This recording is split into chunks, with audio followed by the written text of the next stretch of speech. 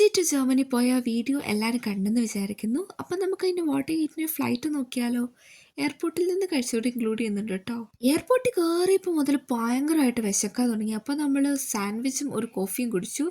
Coffee വായി വെച്ച് കുടിക്കാൻ കൊള്ളായിരുന്നു. ബട്ട് സാൻഡ്വിച്ച് നല്ല ഡീസൻറ്റ് സാൻഡ്വിച്ച് ആയിരുന്നു. ബട്ട് അത് കഴിച്ചപ്പോൾ മുതൽ ഗ്യാസ്ട്രിക് ഇഷ്യൂസ് തുടങ്ങി കേട്ടോ. കൊച്ചി ടു ദുബായ് അത് കഴിഞ്ഞ് ദുബായ് ടു ഫ്രാങ്ക്ഫർട്ട് ആയിരുന്നു നമ്മുടെ ഫ്ലൈറ്റ് ഉണ്ടായിരുന്നത്.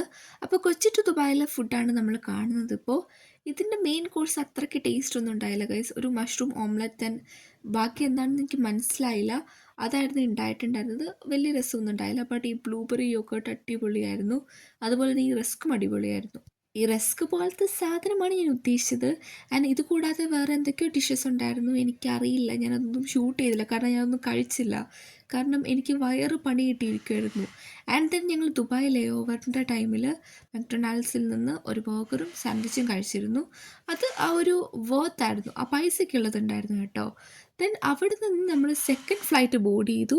ആൻഡ് ദെൻ ഈ ചിപ്സാണ് ഞാൻ ഫസ്റ്റ് കഴിച്ചത്. ഇത് അടിപൊളിയായിരുന്നു ഗൈസ്.